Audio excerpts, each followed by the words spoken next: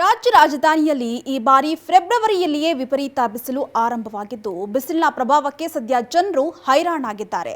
ಇನ್ನು ಬೇಸಿಗೆಯ ಆರಂಭದಲ್ಲಿಯೇ ದಾಖಲೆಯ ಬಿಸಿಲು ಕಂಡುಬರ್ತಾ ಇದ್ದು ಮುಂದಿನ ದಿನಗಳಲ್ಲಿ ಗರಿಷ್ಠ ಉಷ್ಣಾಂಶ ಮತ್ತಷ್ಟು ಹೆಚ್ಚಾಗುವಂತಹ ಸಾಧ್ಯತೆ ಇದೆ ಅಂತ ಹವಾಮಾನ ಇಲಾಖೆ ಮುನ್ಸೂಚನೆಯನ್ನು ನೀಡಿತ್ತು.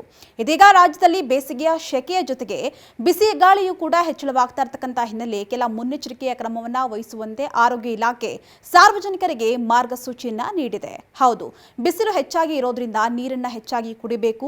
ಬಾಯಾರಿಕೆ ಇಲ್ಲದಿದ್ರೂ ಹೆಚ್ಚು ನೀರನ್ನ ಆಗಾಗ ಸೇವಿಸಬೇಕು. ORS ಹಾಗೂ ಮನೆಯಲ್ಲಿಯೇ ಸಿದ್ಧಪಡಿಸಿದಂತಹ ನಿಂಬೆ ಹಣ್ಣಿನ ಜ್ಯೂಸ್ ಹಾಗೆ ಮಜ್ಜಿಗೆ ಹಣ್ಣಿನ ಜ್ಯೂಸ್ಗಳನ್ನು ಒಂದು ಚಿಟಿಕೆ ಉಪ್ಪಿನೊಂದಿಗೆ ಸೇವಿಸಬೇಕು.